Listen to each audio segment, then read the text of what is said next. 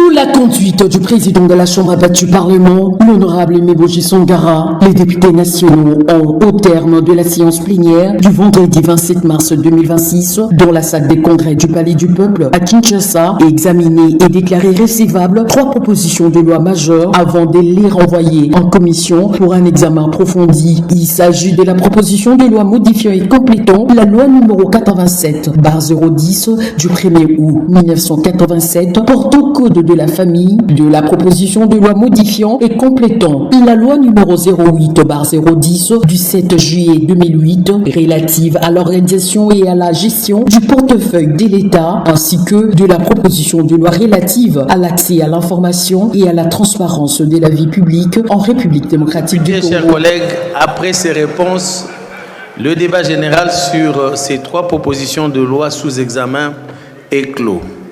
Nous pouvons nous prononcer sur leur recevabilité respective. Nous commençons par la proposition de loi modifiant et complétant la loi numéro 87/010 du 1er août 1987 portant code de la famille tel que modifié et complété à ce jour. Qui sont pour sa recevabilité? Qui sont contre? Qui s'abstiennent? Au vu du résultat de vote, l'Assemblée plénière déclare recevable la proposition de loi surmentionnée. De loi modifiant et complétant la loi numéro 08/010 du 7 juillet 2008 fixant les règles relatives à l'organisation et à la gestion du portefeuille de l'État. Qui sont pour sa recevabilité? Qui sont contre? Qui s'abstiennent?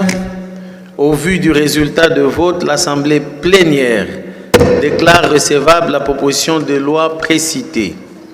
Enfin, nous en arrivons à la proposition de loi relative à l'accès à l'information et à la transparence de la vie publique.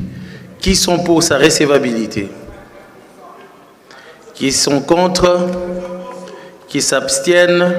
Au vu du résultat du vote, l'Assemblée plénière déclare recevable la proposition de loi relative à l'accès à l'information et à la transparence de la vie publique. Avant d'aborder le fond de dossier ayant conduit à l'adoption de ces 3 propositions de loi, le président de l'Assemblée nationale, Meboji Songara, a accordé la parole tour à tour aux initiateurs pour la présentation de leur texte législatif. Pour la première proposition de loi, son initiateur, le député national Augustin Mulumba, a, dans son exposé, mis en avant l'importance de l'identité et de l'état civil comme outil stratégique de planification nationale. Selon lui, une meilleure maîtrise de ces données permettrait d'optimiser les politiques publiques dans des secteurs clés tels que la santé, l'éducation, l'habitat, l'accès à l'eau, l'emploi et l'agriculture. S'agissant du deuxième texte législatif, son auteur, le député national Jean-Pierre Passiza Pambam, élu de Popokabaka, a expliqué que la réforme qu'il a apportée dans la loi sur l'organisation et la gestion du portefeuille de l'État vise notamment à redéfinir le critère de nomination des mandataires publics, encadrer leur prise de fonction, renforcer les obligations de déclaration de patrimoine auprès de la Cour de compte, introduire des contrats de performance et clarifier le mécanisme de rémunération ainsi que les relations entre entreprises publiques et organes de contrôle. Bantoma lokumu baebi komema solo na mibeko misato wete etumba ekolo kati ya mibeko wana moko ekosenga te maemaso makosalama mpona mboka mpona population ezala misala ya botongi ezala misala ya babeni bamarché public nyonso wana population to pe peuple ezala na information. Na ntina wana tosengaki te bayeba d'abord koyamba mobeko wana po eza malonga mingi mibale eza te totala yango solo na sikisiki na bolandisami na mibeko mizalelaki deja na kati ya mibeko wana bokozwa mobeko oyo toyokanaki na bakor ya komodifie mibeko sur la fiscalité, la recette fiscale, la recette non fiscale.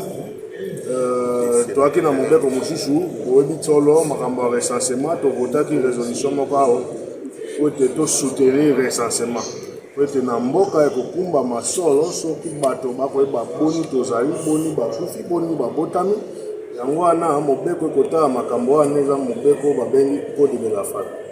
Alors code de la famille ndenge ekotala yango ekosengela te tosala maemaso na kotala mpe non seulement qu'on soutenir yango mais na bolandisami ya ba disposition misusu ezalaki na mwa kokoso na kala oyo bakokeba nango mais wana nyonso ekosama na commission oyo epai wapi bakotina mibeko.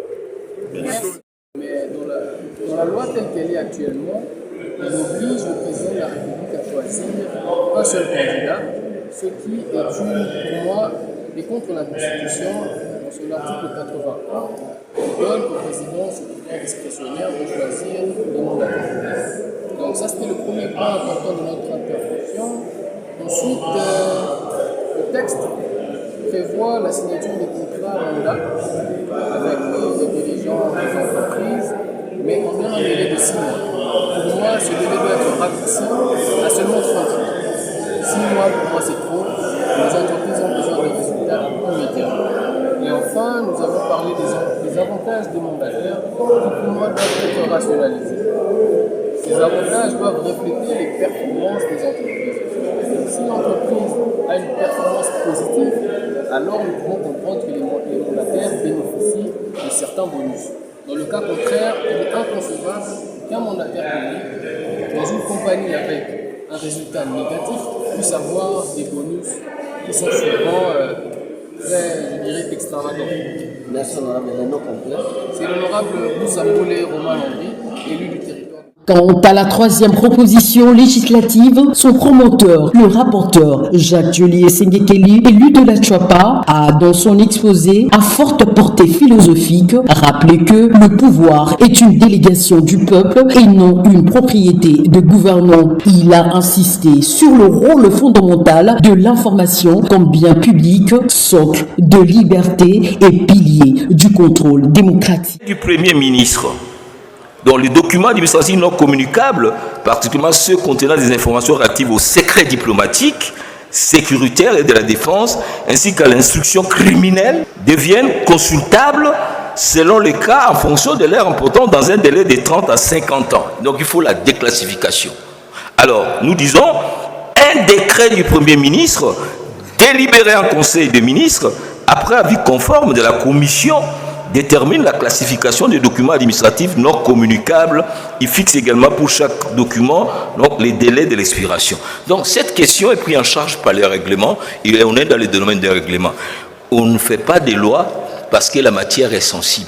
On fait la loi parce que la matière est du domaine de la loi ou du domaine constitutionnel. À l'issue de présentation, le président de l'Assemblée nationale a ouvert le débat général. Plusieurs députés, dont Meshak Mandefou, Prosper Tunda, Tade Katembo, Ron Roger Bimoala et Steve Mikaï, ont salué ces initiatives tout en recommandant leur examen approfondi en commission. Au terme des échanges, les 3 propositions de loi ont été jugées recevables et orientées comme suit. À la commission mixte politique administrative et juridique PAJ, socioculturelle et de suivi de loi, la proposition relative au code de la famille à la commission ECOFIN, la réforme du portefeuille de l'État à la commission mixte PAJ, aménagement du territoire et de NTIC, la proposition de loi sur l'accès à l'information. Les commissions disposent d'un délai de 10 jours pour examiner ces textes avant de les renvoyer à la plénière pour leur adoption. La plénière plénière de ce vendredi 27 mars a enregistré la participation de 267 députés ainsi que de membres du bureau, notamment Isaac Jean-Claude Chilumbaï Moussaou, Christophe Mbosso Kodiampwanga, Clotilde Moutita, Chimène Polipoli et Grace Nehema. Par ailleurs, une motion d'information a été soulevée par la députée nationale Perside Nzouzi Oumba, dénonçant des actes de violence commis sur une femme ayant récemment subi une fausse couche dans un établissement hospitalier. Elle a condamné ces faits avec fermeté et a appelé à l'ouverture d'une enquête nationale sur les violences faites aux femmes dans les structures de santé. Et en tant que père de famille aussi, c'est un acte à condamner.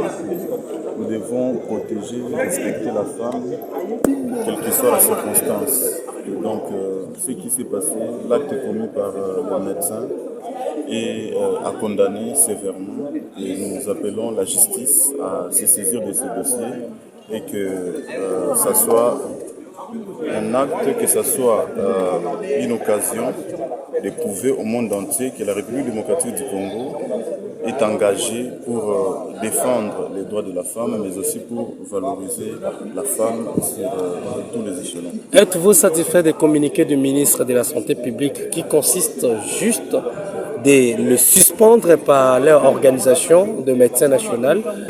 Non, il faut bien comprendre le sens de ces communiqués. Parce que nous sommes dans un état de droit, bien qu'il ait commis cette infraction, mais il a droit à la procédure normale. Et donc, le ministre n'a fait qu'énoncer une procédure administrative, mais en parallèle, il y a une procédure pénale qui s'est déjà activée aussi. D'ailleurs, ce matin, vous avez déjà suivi que le procès s'est ouvert et qu'il sera jugé conformément à la loi. Honorable Émile, merci. C'est moi qui vous remercie. On s'est clôturé après plusieurs autres motions d'information dans un climat marqué par une forte mobilisation des élus. Avoir mon point de vue. Venez au siège. Ici, j'ai été au Parlement comme député. Voilà. C'est de l'actualité.